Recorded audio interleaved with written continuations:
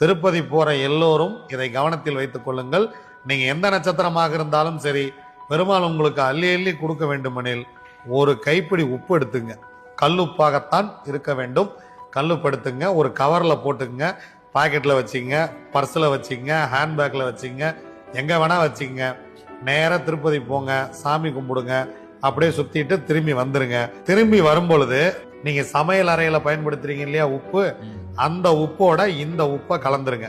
ஏன்னா உப்பு சந்திரன். இந்த உப்பை எடுத்து கொண்டு போய் நீங்க சந்திரன் ஆற்றோட அந்த உப்பை திரும்ப கொண்டு வந்து நீங்க சமைக்கிற உப்புல அதை கலந்துட்டீங்க அப்படின்னா திரும்ப திரும்ப உப்பு கொஞ்சம் கம்மியா இருந்தா நம்ம உப்புல கலந்துகிட்டே இருப்போம். இந்த உப்பு அதுல கலந்து கொண்டே இருக்கும். அதை சாப்பிட சாப்பிட உங்களுக்கு வாழ்க்கை வளமாகி கொண்டே இருக்கும். எந்த நட்சத்திரத்தில் பிறந்தவர்கள் வேண்டுமானாலும் திருப்பதி செல்லலாம். உப்போட போயிட்டு வாங்க. போயிட்டு வந்து கஷ்டம்னா என்னை கூப்பிடுங்க, எனக்கு போன் பண்ணுங்க. வடபழனி ஆபீஸ் வாங்க. கஷ்டம்னா அதுக்கு நான் பொறுப்பு.